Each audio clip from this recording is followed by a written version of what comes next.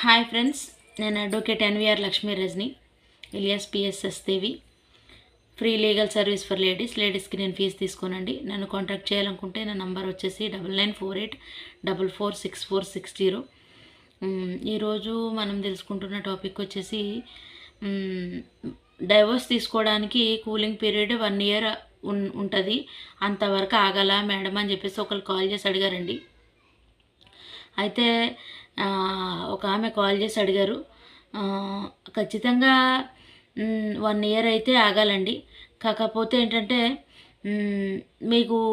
మీరు చెప్పారు, మీ కారణం చెప్పారు.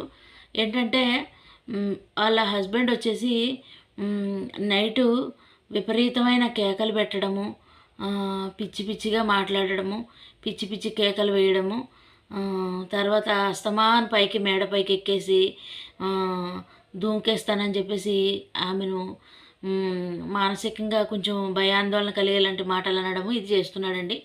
అతనికి మెంటల్లీ అతనికి బాగోలేదు.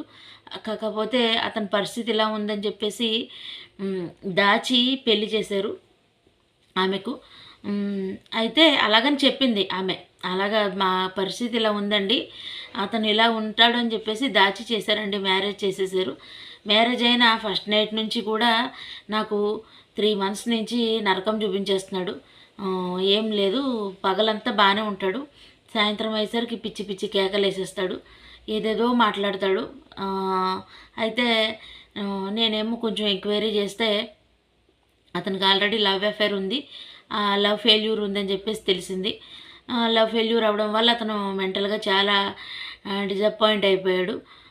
ఈ కారణం చేత నేను డైవర్స్ అనేది అప్లై చేసుకోవచ్చా అని అడిగారండి ఒక ఆమె.